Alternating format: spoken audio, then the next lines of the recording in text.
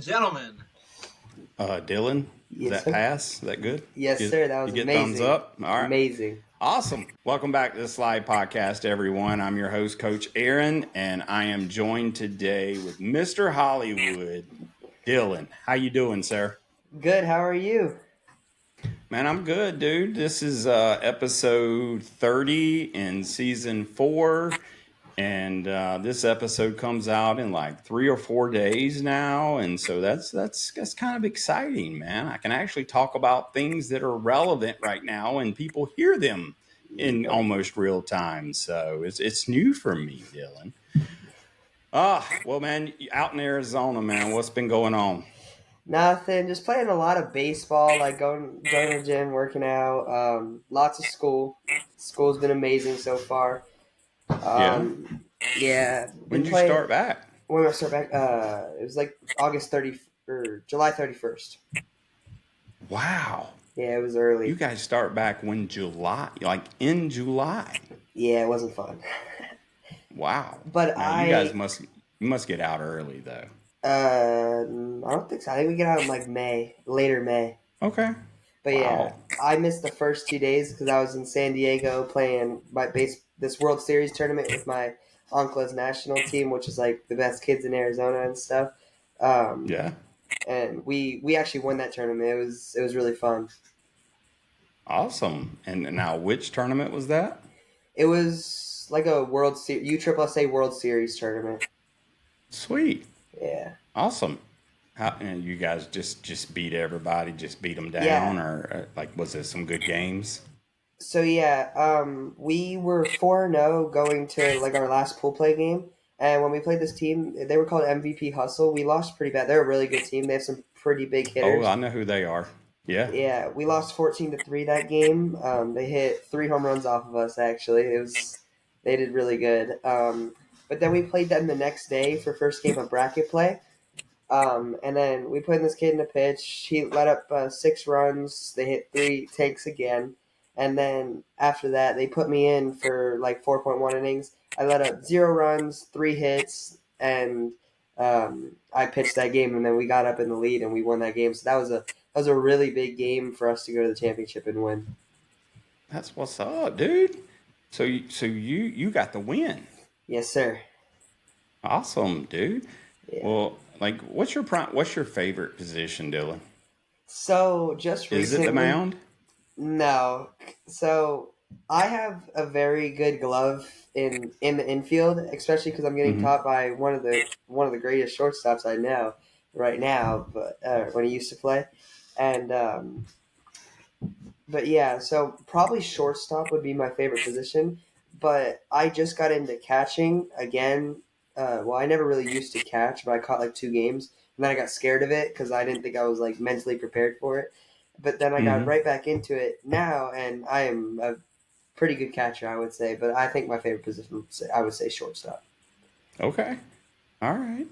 Well, I knew you had pitched, and I know you got a good bat, and I needed to refresh my memory and our audience's memory around like what position is yours. Yep. So, well, cool. Well, so you won a World Series. That's pretty awesome, dude. I went to Dallas, Texas, 2 weeks ago, 2.5 weeks ago, something like that, and went to the Premier Prospects Youth World Cup, and so there was teams from all over the country and international that came to this tournament, and dude, Wow. there was some ballers, man. Yeah. Like some serious ballers, and plus, like, dude, like some of these international teams, like their fans, / parents, dude, they brought like total, like full percussion. They had these giant speakers, dude. They went full on out. It was super cool to be there, though. So shout out Premier Prospects for inviting us out there and meeting some really cool kids and learning some more about the youth game. So I mean, every tournament we go to, we're learning more new stuff. So. Hey, I gotta throw it out there because Mateo, the baseball kid, Dylan, you remember we had the batting glove challenge of which design was going to win, and you were close, man. You were close, Very. right? Yeah, I got Yeah, like fourth your or home third. sweet home. Home Yeah, sweet home was your gloves. yeah. All right. Well, Mateo's is out, so go No. see Home Batting Gloves. These are the Toxic Barrels edition, explosive, caution, all this fun stuff. Go to homebattinggloves.com and make sure you get yourself some toxic barrels. You'll see the toxic right there, and then the barrels is on the oh on the wrist there. So make sure you go get yourself some toxic barrels, man. Mateo came through and won the contest, and I think this might not be the only contest that we have with home batting gloves. So shout out Home Batting Gloves for giving us this opportunity to have a batting glove design competition and maybe a slide mitt in the future. I don't know. Go ahead and get that. Go ahead Ooh, and get that'd your be brain nice. working there, Dylan. So anyway, man, well let's get to our guest tonight. So joining us from Dallas in the Fort Worth area, Mr. Old Knuckles. Old Knuckles, how you doing, sir? Boy, I'm doing fine and dandy. It is a delight to be here, Coach Aaron Dillon. I'm a big fan of the show, and boys, let me tell you, you guys do an excellent job. You know, interviewing the players. I believe that the youth has been missing a platform to share their opinions, their thoughts about this great game of baseball. And boy, I'm a big fan of yours. That is, dude, that is so awesome to hear, right, Dylan? Like when you hear Yeah. fans of the show, and especially someone like Old Knuckles, man, you just like it just gives you cold chills, man. Well, Yes, sir. as well joining us is a young man who is 19 years old. He's in the same location, Mr. Fisher Polydoroff. How you doing, sir? I'm doing great, guys. It's great to be here. I'm excited to share my story and share the road to Banana Ball, and I'm very thrilled to be a guest on the show. There's been a lot of cool episodes that I've gotten to check out, Yeah. and I'm hoping that Old Knuckles and Fisher Polydoroff put on a show for y'all. Yeah, and for our audio only listeners out there, there's a total of three of us here present. And like Fisher alluded to, Banana Ball is involved. And so anytime you got Banana Ball, something crazy may happen. And you know what? We have got the most coolest guest I believe we have had here in the Banana Ball realm, but even outside of that. So Much Fisher, obliged. man, here's how we start every episode, dude. I want you to tell us a little bit about Fisher and, wrap it up and tell us what your favorite cereal is. Yeah, my name's Fisher Polydoroff. I'm 19 years old, and I was born in Connecticut. Currently reside in DFW, Texas, and ever since I was a kid, I've always been inclined to learning new hobbies and interests and diversifying my repertoire with anything I can get my hands on. I'm a multi instrumentalist. I play over 10 different instruments. I speak three languages: Portuguese and Spanish. And I'm a ball player. I've been playing ball since I was a little kid. I'm a Renaissance man. My talents are not limited to on the field. I do a lot of cool stuff off the field too. And this last summer, I was given the opportunity to play for the Visitors, a developmental team in the Savannah Bananas organization. And I spent 6 weeks down in Savannah, and it was absolutely life changing. It was a miracle to see what the Bananas are doing with the fan interaction, creating an experience, a show, not only just a baseball game. It was refreshing to see what is going on in the world of sports, and what will be going on, making waves as the Bananas are doing right now. And I was eating a lot of cereal down in Savannah. My favorite cereal would have to be Wheaties, because Old Knuckles was actually the first knuckleball pitcher to ever be put on the Wheaties box, and Oh definitely the yeah, last. Because I don't know too many knuckleballers that are going to be on the Wheaties box. that's right. Wow, Wheaties. Now I have to say, dude, I think in probably I know 2 seasons, if not more, we've been asking this question.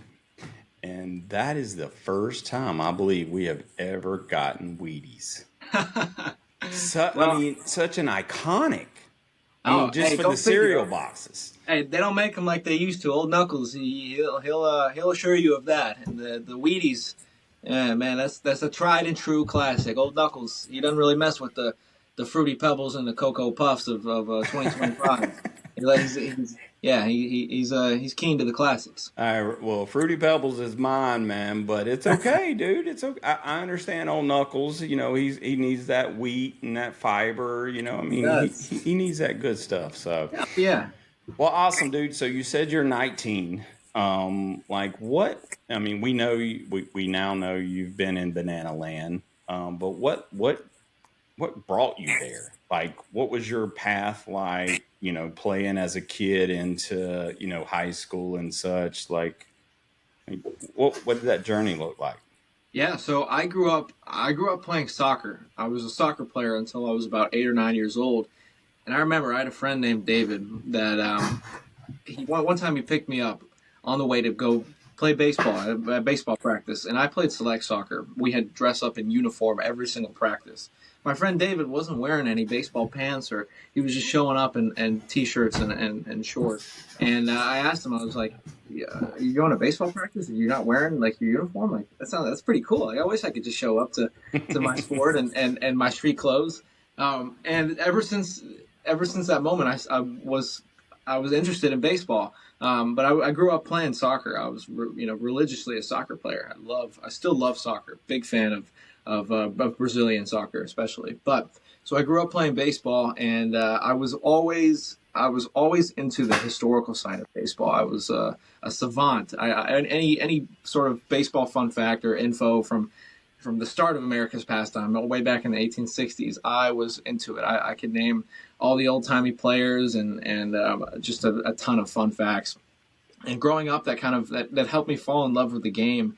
And I'm still sort of a baseball purist myself. I love the traditional game of baseball, tried and true. But what the Bananas have done now to make it more interactive and make it more entertaining is it definitely it appealed, pun intended, to my interest.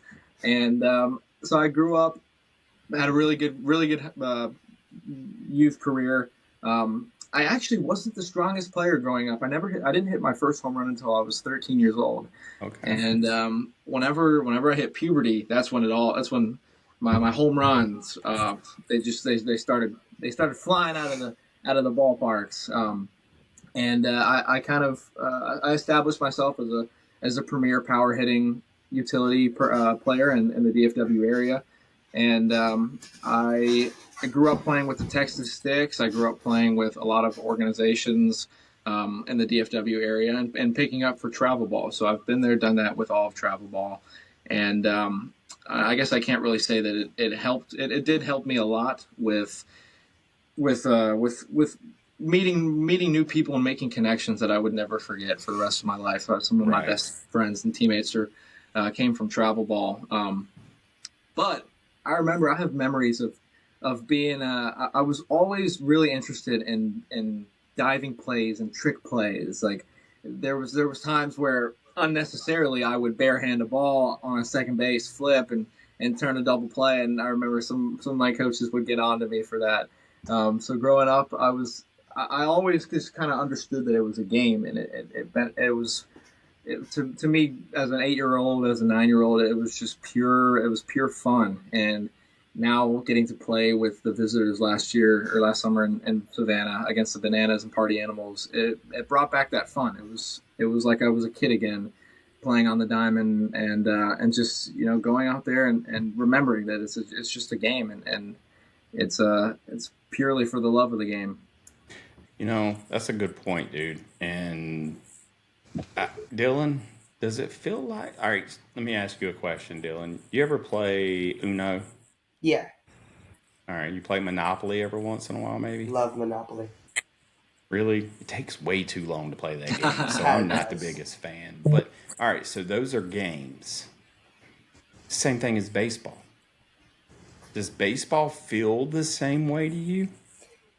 Not really, but yes, at the same time, because I feel like you can have fun playing what you're playing, but I just feel like baseball is a little bit more competitive. I don't know. Well, of course. Yeah, there's a score. I mean, Yeah, and let's just say, I mean, if you lost in Monopoly, who really knows, right? But yeah, but that's still the kind of concept that I still want kids to understand. That yeah, it's a game because there's scores being kept and there's a winner and loser. But at the end of the day, this game was. I mean, old Knuckles can tell us Mm-hmm. like how baseball got started. It wasn't all of this flash and all this money and stuff at the beginning. Just a pure game, right, Knuckles? Oh, you betcha by golly, wow, it was. I remember whenever I was playing, they were sending guys coming from being plumbers all the way to the major leagues and the coal miners especially. I grew up. My family was a bunch of they was coal miners, and it was hard growing up and the game was changing, but back then it was pure, man. It was we would go down to the in the alleyways and we'd hit bottle caps with broomsticks and man the Brooklyn Bums, man. We grew up. It was nothing but just it was a sport to us. There Yeah. wasn't any politics. You'd go down to the ballpark and enjoy a nice hot dog and an ice cold soda pop, and man, it was just man, life was it was pure back then. Yeah, yeah. So I mean, and I think that's too many times these days kids make it out to be something more than it is, and that's when the fun disappears. When it becomes something more than a game is when the fun disappears. So Oh, anyway, you bet. Dylan, I'm gonna try not to ramble too much today, but Dylan, I'm gonna let you go ahead and throw a question out there. All right, all Knuckles. So, what is your trick play? So I got a bunch of trick plays up my sleeve, um, but I would say my favorite one is definitely the old knuckles off of the. I throw a ball behind my back and off the pillbox hat. Now the great thing about these pillbox hats is that they're flat, so the ball it's got a nice landing spot on my head, and it doesn't hurt too bad either. It doesn't. They're not going to throw me in the loony bin anytime soon because I've been taking banana balls off the head. But that's definitely my favorite trick play to execute, and I'm looking forward to the chance to perform that out on the 2026 Banana Ball World Tour. So with a name like Old Knuckles, I assume you must throw some knuckleballs. Was is that where it came from? You would assume correctly, sir. I've been throwing the knuckleball since I was a young kid. I actually learned from Cy Young Award winner R.A. Dickey himself. I was fortunate enough. My dad worked with R.A. Dickey, and I spent a couple of days with him down in spring training. And I was about 8 years old, learning the knuckleball for the first time. And his words of wisdom, his expertise really inspired me. And I was throwing it from I probably threw 1,000 knuckleballs um, every single day. It felt like for years, man. It was very tough, but it's been very rewarding. Now I've made a living off of throwing this trick pitch. That's awesome. Dylan, do you see a lot of knuckleballs at your age? I actually throw a knuckleball. Oh Really? yeah? Say it ain't Yeah, so. yeah. It's not probably How like as good as you would think it is, but it doesn't really spin. It just like goes straight and it spins like barely any, and then it just drops last second. How do you throw your knuckleball? Let me grab a baseball real quick. yeah, how you grip it? We got a baseball here for you. It's a baseball I was given by a fan. It's signed by some guys from the 1950s. They were an Atlantic League team, um, and it's got a bunch of old signatures. It looks like one of those. Wow. It looks like a ball from the Sandlot. Yeah. Yeah. But basically, with my knuckleball grip, I grip it with two fingers right behind the horseshoe, and my thumb off of the side, ring finger off the side. You don't want to touch any of the seams because the seams are what trigger rotation. A lot of guys try to start off throwing a four-finger knuckleball Mm-hmm. right along the seams, and with the knuckleball, topspin is your friend, and backspin is the ultimate nightmare for a knuckleballer. As soon as a knuckleball spins backwards, it turns into a BP fastball. The physics of how the pitch moves, it's the at the equilibrium right here on the way to the plate. A little bit of topspin is actually ideal for the knuckleball. And how do you grip it again? I grip it with 2 fingers right behind the horseshoe. Okay. And then there's actually a couple of different grips. A lot of knuckleballers have played around with it. And a common misconception about the pitch is that you throw it with your knuckles like that. That actually hasn't been done since the dead ball era in the early 1900s. Eddie Saccott was a knuckleball pitcher with the 1919 Black Sox, the White Sox that bet on the World Series. And as the pitch evolved, people kind of realized that gripping it with the fingernails would allow for a lot more predictability with how the ball was going to come off of your fingers. You could kind of it's a lot more consistent that way. So guys have thrown it reverse horseshoe along this part of the ball. Mm-hmm. Like Phil Necro's thrown a knuckleball like that. He would also kind of split the horseshoe like this. And the key to the knuckleball is just not touching any of the laces. You wanna have your fingers off on both sides of it. And my depth within my hand is actually pretty close. Some guys throw it with a little bit more depth in between the ball and the hand, but Phil Necro used to throw it. He used to just kind of lodge his hand and get as much as the ball in his hand, just for more consistency as well. Wow, That's how Old Knuckles grips his knuckleball. How is that similar to how you do it, Dylan? No, so I have like smaller hands, so I do the 4-finger knuckleball right now. Yeah. But I'll obviously try what you just told me. But I do it like a 4-seam, but I don't hold it on the laces. I just hold it below the laces, but I just do 4 fingers. Cool. Yeah, that's actually how I learned before. That's how I taught a bunch of my teammates. My teammates, whenever I was growing up throwing knuckleballs at practice, it was always, Fisher, come show me the knuckleball, come throw knuckleballs. And a lot of my teammates started throwing it with 4 fingers. And a lot of guys in the MLB, a lot of knuckleballers, like Tim Wakefield threw his with 3 fingers with the pinky off. The more fingers you have on the knuckleball, the higher chance it has of spinning, of one of those fingers catching on and triggering rotation. That's interesting because I'm not a pitcher. I never claimed to be. I entered practice one time trying to pitch Dylan and Fisher and went sidearm. The dude looked at me once because I thought I had him. Second time he took me to the wall. And I realized that, I need to go back. I need to go back to the outfield. So, yeah. But I also learned, and I've always thrown it with my knuckles. Mm-hmm. So, and now, granted, I've never pitched in a game, but like, I'm learning something here today. So that's good stuff, Dylan. Awesome. Well, dude, let me ask you a question, man. So you get to Banana Land. Like, how was the character Old Knuckles received?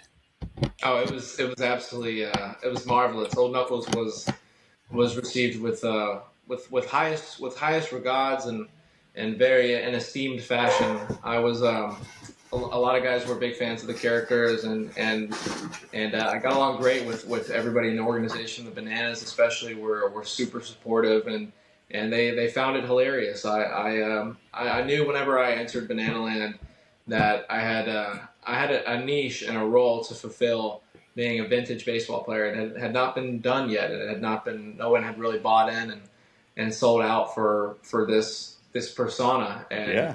I'm very, very blessed to have, to have all the attributes to fulfill this role. I think it's very fulfilling to myself, to my inner child that grew up a baseball historian and very passionate about America's pastime. Well, Dylan, if you go back, or our audience, if you go back and you look at the video, because the Bananas posted this, when they introduced and welcomed the visitors into the clubhouse, Fisher showed up in a suit. Actually, no. Old Knuckles showed up in a suit, and yes. He gave Jesse a little bit of run for his money.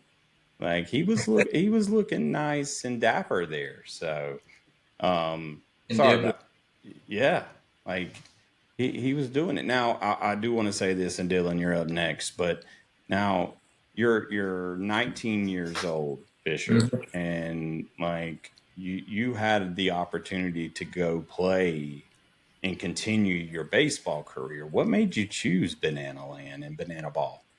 Yeah, so I was kind of dead set growing up on becoming an MLB player. That was you know, that's all of our goals growing up playing baseball. And it's funny. I remember I had a conversation with my mom talking about banana ball because she was kind of a fan before I was, and I was tapped into to what the bananas were doing, but I hadn't really studied exactly what their principles were and how they treat the fans, how they really put the fans first. And that was exactly everything that I've always been about.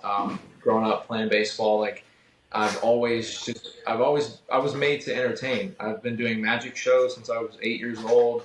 I've been playing instruments since I was about 10, speaking languages, and really just I love to entertain. I love to sing. I love to write songs, and the culmination of all these talents off the field led me to think about how I could use this to to share my passion for just what I'm about, and to share my story to impact a lot of people and make a lot of people smile. Because at the end of the day, if I went back to college for another 3 years, there's no chance that I would have, gotten to play my walk-up song on the saxophone and sign autographs before the game, after the game, sing to people in the pre-plaza. It was life changing to see this new avenue of baseball that's been opened up. Something that wasn't around when I was a kid. This is Banana ball is so new; it's exploded in the last 3 or 4 years. That if this was a thing when I was a kid growing up, practicing all my instruments and speaking my languages and doing magic, I would have definitely wanted to be a part of this. And it's very cool to see this, to see this idea of Jesse's come to life and really fulfill my inner child. So I feel That's like it was a natural decision to. Um, I don't think there's anybody on earth that is better fit for the role that I play in Banana Land. I agree, man. I completely agree. Thank you. Uh, Dylan, I'm gonna let you go. All right, so if a kid was asking you, or what advice would you give a kid right now, like to play baseball? Like, what advice would you give him to pursue his dreams in playing baseball? I would say definitely be as dedicated as you can be. Passion and inspiration in baseball, it can't be generated by parents. It's got to be instilled by a young age. The kids that love the game, regardless of the outcomes, are the ones that are ultimately going to make it. Because this game is very humbling. I've been playing it almost all my life, and it's it'll get you down, and it'll bring you to the top. There, baseball is a very humbling game. I've learned over the years that the more you can separate yourself from the outcomes, the better off you'll be mentally, because there's a huge mental side to baseball that a lot of youth baseball players are they just aren't they aren't prepared to deal with, or they haven't experienced yet. But as the game becomes less of a game, as the game becomes a business, as the game becomes filling roster spots and money is involved, then it kind of it can push kids away from the game, and I hate to see it, but especially with what the Bananas are doing to captivate that fun and that passion and excitement is bringing kids to not only banana ball, but it's also bringing kids to baseball. A lot of critics of the Bananas don't really realize that it's just spreading awareness for the game that I grew up playing, and the game that the Savannah Bananas have trademarked. Yeah, I mean, there's so many kids, Dylan, and I'm sure you see this. I mean, you're in the middle of youth baseball, but like, the game is, if you're a born athlete, sometimes kids are just born with natural God given talent, right? And that gets you through probably 12, 13, maybe 14 years old. But unless you engage the sport and fall in love with it, like when it does really get hard and those natural talents don't just get you through, like, it's a hard game. And like Fisher said, it's so humbling, man. And because just when you think you got it figured out, that's when you fall again. And Oh yeah. but you know what, Fisher, I'll say this. Baseball is a lot like life.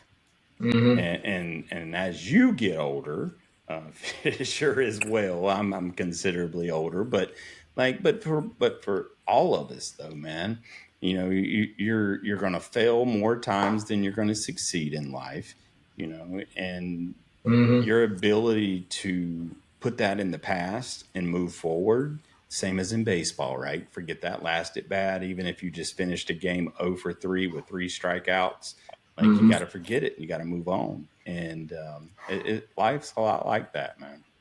Uh, 100%. yeah, I mean, it's baseball will eat you up and spit you out, and life will do the same thing to you. So, like, you gotta love it. You gotta love it. You gotta have that passion, and you gotta understand that you're never the master of baseball. So, Absolutely. I um, love what the Bananas are doing with um, taking the pressure off of the performance and putting an emphasis on entertainment. Whenever you go out there, and I'm sure a lot of almost every single banana ball player could attest to this. Whenever you go out there, let's say you go 0 for 4, or you have a really bad outing, the environment and the switch that flips whenever you get to go out there and see thousands of people that are just happy to meet you and happy to be face to face with a player, because going to MLB parks, you don't get that experience. You don't get the interactions with the banana ball players, especially on the social media side. I mean, we take the entire visitor squad. We take a lot of pride of being really interactive on social media, and it's super cool to see the impact that we can have on young fans and people that that need the positivity and light that the Savannah Bananas organization brings to America. that's 100%, dude. And I will say, dude, I know last year was like, I think last year was it the year before the first time we had the bit visitors, but like Mm, you guys, I will say you guys, like that team is not supposed to build a fan base. yeah. Um, but you guys did something that's never been done before, man. Oh yeah. So many of this year's visitor players. I mean, and some people forget, like Kyle Jackson, KJ. He was a visitor last year, and now Oh yeah. he's. I think he's America's sweetheart right now. Like, He is the Justin Bieber of banana ball. dude, if we had Teen Magazine, right? All right, let's go back to the 80s. If we had Teen Magazine, he would be on the cover. Oh, and, he definitely his poster would be on all the walls. But yes. but I mean, what you guys truly brought though was a different type of energy than we've seen before, a different type of hunger. And man, I think you by far were up there, man. And what you said just a few minutes ago is, we just had this banana ball tournament, and some kids had performances like they've never had before playing Mhm. the game. Like, not because of the walkouts or the Yeah. trick plays, but like they were able to relax. Oh And, yeah. and, and we had a kid hit his very first over the fence home run. We had a Oh, that's kid, awesome. yeah, we had a kid that had never taken the mound in kid pitch before from Wow. Canada. He took the mound and pitched in 9U. This kid was 8. He had 9 strikeouts the very Wow. first time he got to get on the mound during gameplay. Like, kid, That's like it. awesome. So, Dylan, you're up, dude. So, in your whole entire baseball career or soccer career or any like sports career, what was your Yeah. favorite moment you remember that like just stood out and you can't forget it ever again? Oh, that's a great question. There's I've played a lot of ball. I've hit a lot of home runs, and and struck a lot of dudes out. I remember the first time that I ever threw a knuckleball in a game. I was I think I was 9 years old, and I was probably throwing about 65 miles an hour back then, and floating up a 50-mile-an-hour knuckleball. And it didn't have the best knuckleball movement. It was a slow kind of just floater pitch. But the getting the fear out of the way and finally committing to throw a pitch that would later change my life was it was a surreal experience because not everybody was throwing knuckleballs, and part of my mantra, my the way I live my life is there's going to be there's always going to be people that are hating on what you're doing if you're doing things that are different. And I've always wanted to be different. I've always craved to be unique and to do things that other people couldn't. So it was a big testament, a big part of my story, throwing the knuckleball, because in a way I feel like the knuckleball kind of represents who I am as a person, and oddball. It's unpredictable. It's funky. It's weird. It's a very, very cool pitch that I'm blessed to be able to know how to throw. What's your speed on a knuckle? It's usually about I throw a fast knuckleball that's like 73, 75, and then a slow one that's like anywhere from 55 to usually about 64. Gotcha. Now, what's your fastball speed? My fastball is like 83, 84 right now. I'm working Okay. to get up to like 85, 86, 87, because I haven't really been a pitcher. I was a hitter in college and in high school too. But the knuckleball has always been a trick up my sleeve in summer ball, and I had really good success throwing it in summer ball, and a lot of fun too. The old Knuckles character and the storyline actually comes from a summer ball game that I threw in when I was 16 years old. I had the idea, so I just bought a vintage baseball glove off eBay, and I called it Sally, my old mitt Sally. And I went out in a summer ball game at 16 years old before my junior year, and I winded up like an old timey pitcher, and I used that glove. And my coach at the time, Brett Wellman, I went up to him before, and I was like, "Hey, can I go out there and pitch like an old timey pitcher?" And he's like, "Dude, that'd be hilarious." So I went out there and I struck out a guy, and I went 3 up, 3 down, and the fans they were gathering from every single field on the complex just to come watch me pitch, because it's something you've never seen before. That's right. It was crazy to them, and who would have thought 4 years later I would be doing it professionally and owning it, trademarking it. Dude, I think, man, just some of that old nostalgia, man. That's what's missing from the game. Oh yeah. I mean, like, you bring something to the game that I want my kids to understand, right? Yeah. And for me, growing up, yep, I wanted to be an MLB player, Dylan. That's your goal, right? And but we also have to understand where the game began. And I got a question for Knuckles here, because this is related to my question. But so Mm-hmm. Knuckles, when I watch you hit, right, and I've watched some of your videos and your reels, and back in the day, you guys didn't really have like that static stance. It was like you're waving a heavy bat, like, and you keeping it waist low, like your weight, like it's got to be hard to swing the ball, or I'm sorry, swing the bat, like Oh in boy. that style. Is that right, Knuckles? You betcha it is, Coachy. It was kind of a learning curve at first for me, especially because I grew up in Brooklyn. So I was born in '41, time traveled to the year 2025 in 1959. But I grew up. My father was friends with Rogers Hornsby, and Rogers Hornsby grew up one of the greatest second basemen of all time, the St. Louis Browns, Hall of Fame second baseman. He was the guy that taught me how to hit. He was ever since I was a young whippersnapper in the streets of Brooklyn. All I could ever want was a baseball bat in my hands, or hitting bottle caps with That's broomsticks. right, stick But ball. well, oh yeah, but you betcha. It's there's a reason why none of the game's premier players like Ronald Acuna Jr. and Shohei Ohtani are swinging like old Knuckles, because it's definitely hard to replicate. And But I'll tell you this much: growing up, going to all the ball games at Polo Grounds and Ebbets Field, it was I had the chance to see a lot of players play. I saw Teddy Williams and Stan Musial and Jolton Joe. It was quite the spectacle back then. And, you know, the players they don't swing them like they used to. There was a focus on contact and not striking out. Nowadays, you know, you hit 45 bombs, you strike out a million times, you're fine and dandy in the league.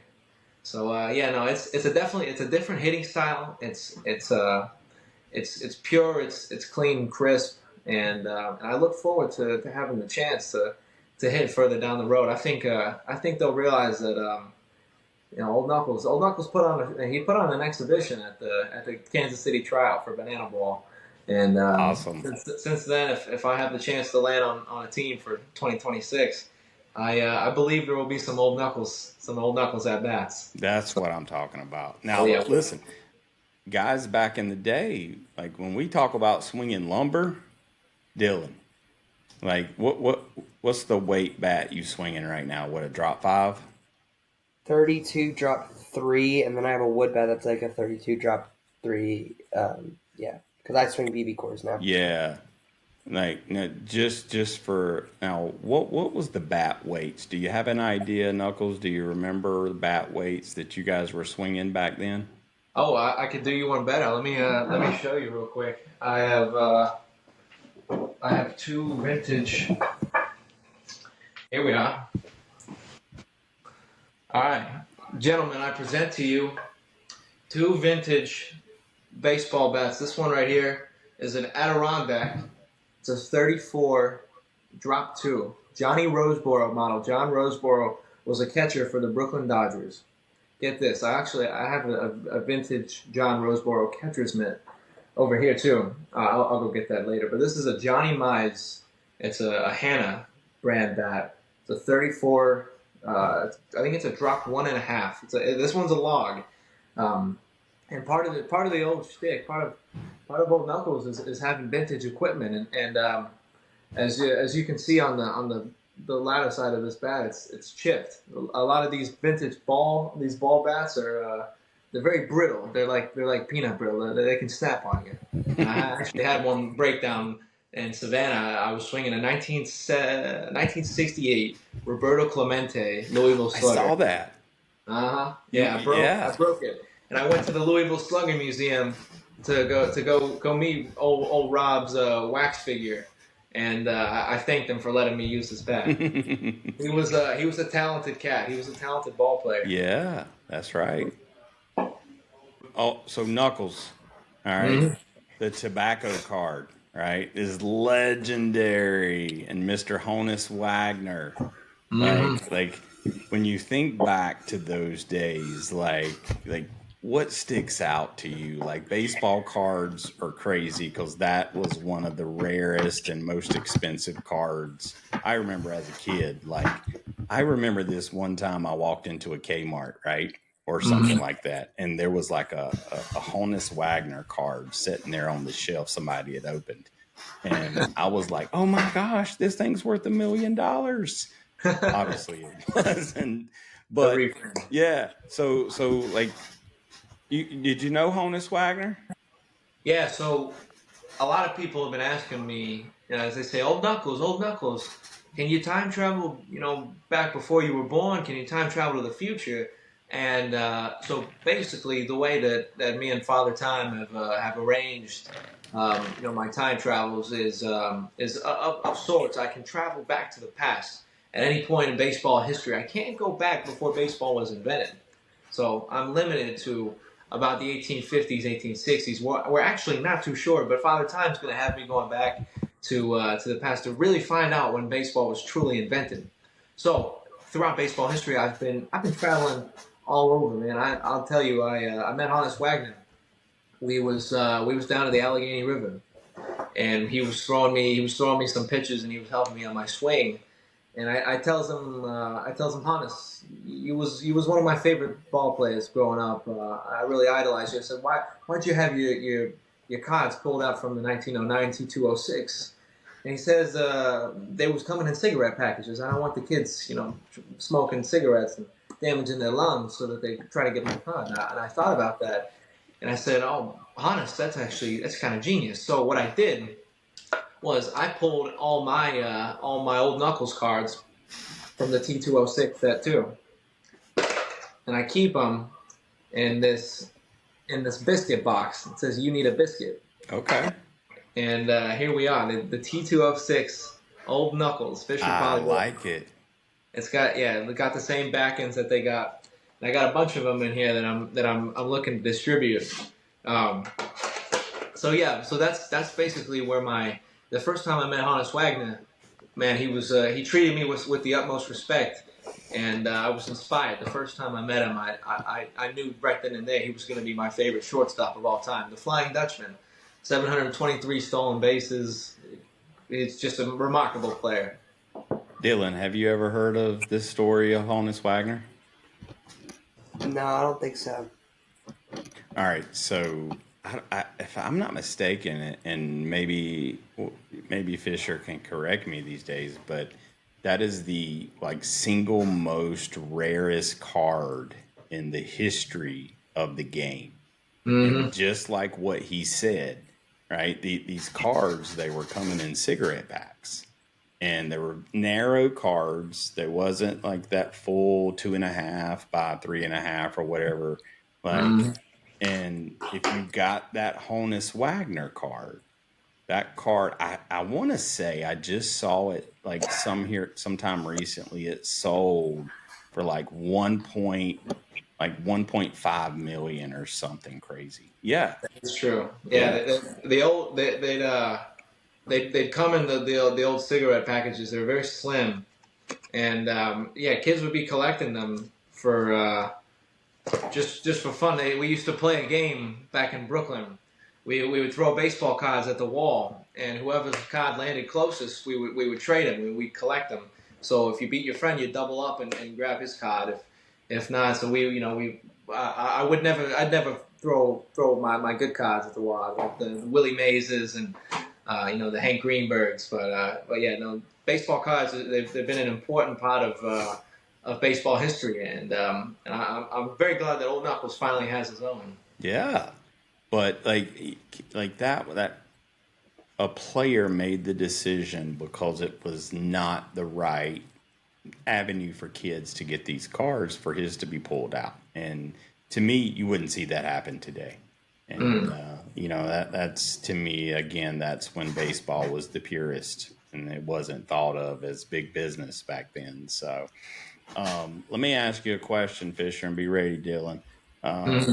Who is the player from, or Knuckles, maybe one of you two guys can maybe explain this, but who is the most unsung player in baseball history? Like, thinking back, all right, so we know the Teddy Williams, we know, Roger Hornsby, we know the Babe Ruths, of course, but who is that player that you knew or know of that we should know about?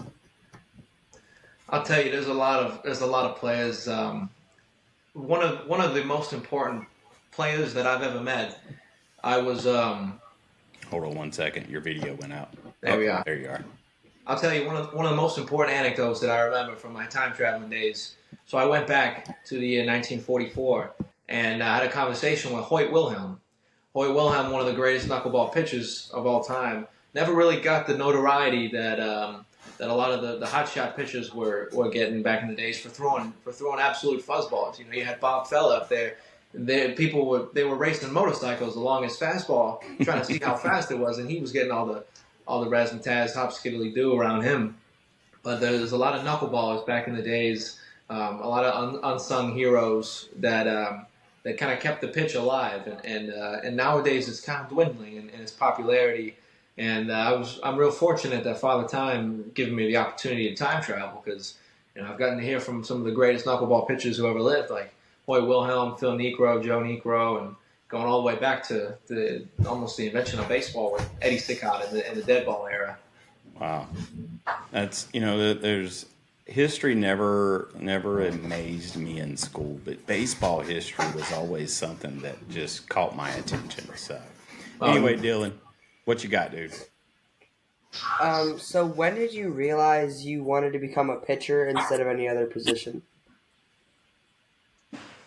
I guess whenever I realized I wanted to become a pitcher was so whenever I went to Kansas City for my banana ball tryout, I was coming off of a season of being a third baseman, third and second baseman, and a little bit of first base too. And I had been, I've been throwing the knuckleball for a long time at this point, but I had one inning in college. I got put out there on the mound unexpectedly in the 10th inning of a game where we had a 1-run lead in the 10th inning, and I got the save, my first collegiate appearance, my first collegiate save Wow. on 9 knuckleballs and only one fastball, and that was kind of the point in my banana ball timeline where I was like, I could pitch and I could do the old timey wind up. And use an old glove, and I think that would be absolutely hilarious. So I went to the Kansas City tryout, and Old Knuckles was dazzling. I struck out 3 dudes. I struck out a dude on a softball pitch, and it was absolutely crazy. I also hit a backside double in the tryout, and they were like, okay, this dude can hit a little bit. And my BP was hilarious. I was doing a lot of really funny old timey impressions. Because whenever I was growing up, I've always done swing impressions. I've always loved to imitate MLB players. Yep. And as I started playing MLB The Show, there was a lot of old timey players that were in the game, and I started to do their stances too. So I was like, why don't I show up to Kansas City, my banana ball tryout?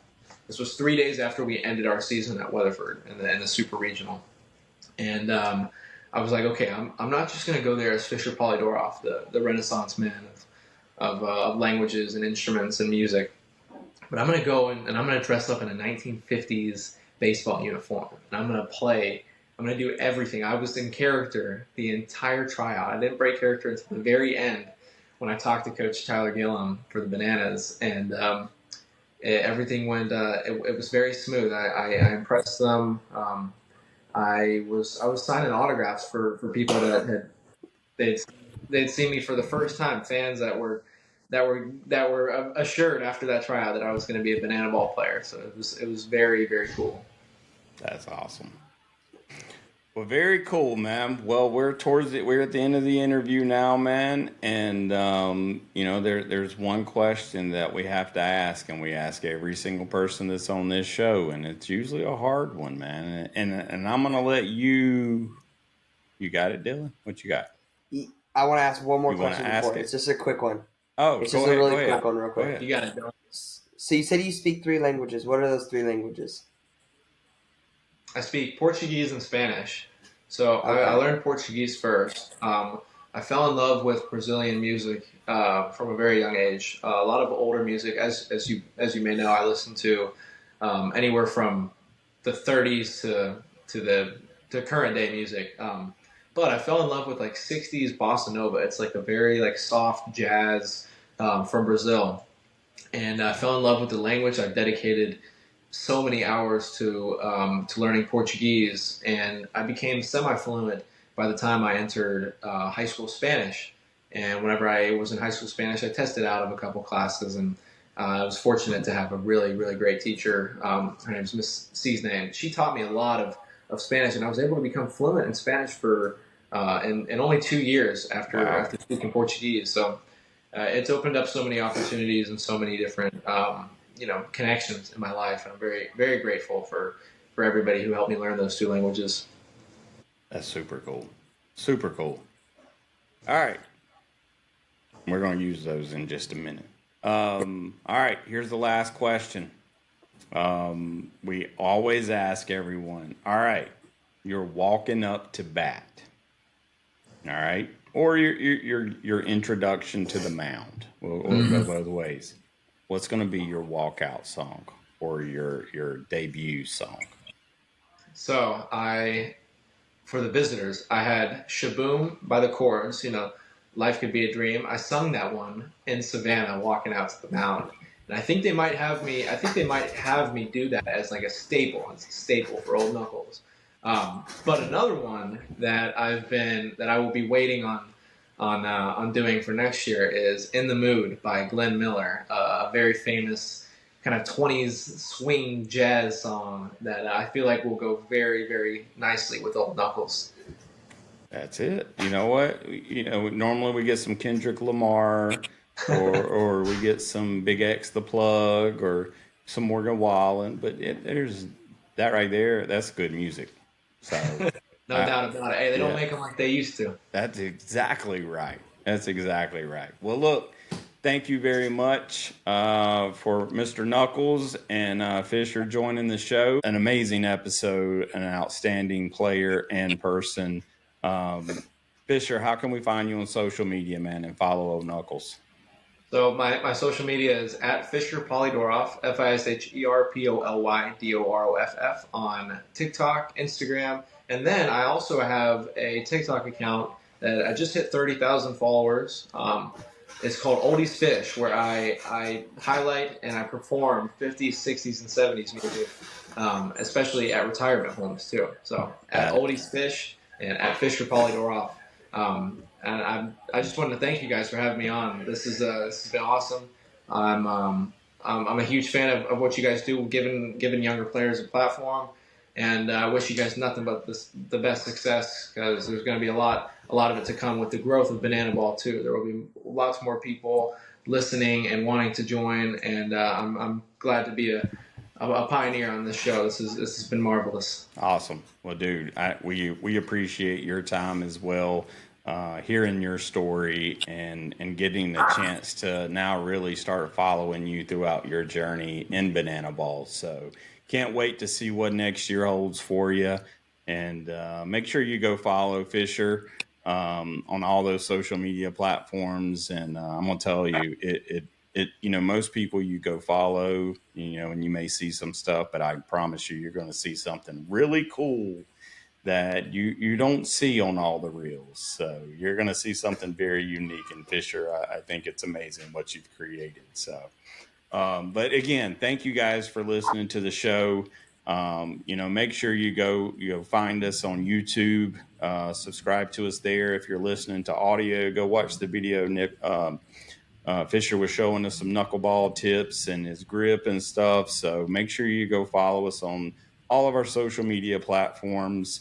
And Dylan, I'm going to let you close this out, man. All right, until next time, old Knuckles. We'll catch you on the slide. Thanks for joining the action and sharing our love for the game. Now go practice your swing, or at least look like a pro in the mirror. Subscribe and follow the Slide Podcast and the Field Team on YouTube, Apple Podcasts, Spotify, and all your favorite social media platforms like Instagram, TikTok, and Facebook. Don't forget to leave a 5-star review, a thumbs up, and recommend us to every person you meet. Got a question? Drop it in your review. We might just answer it on the podcast. Keep grinding, dreaming big, and remember, there's nothing you can't accomplish. Till next time, we'll catch you on the slide.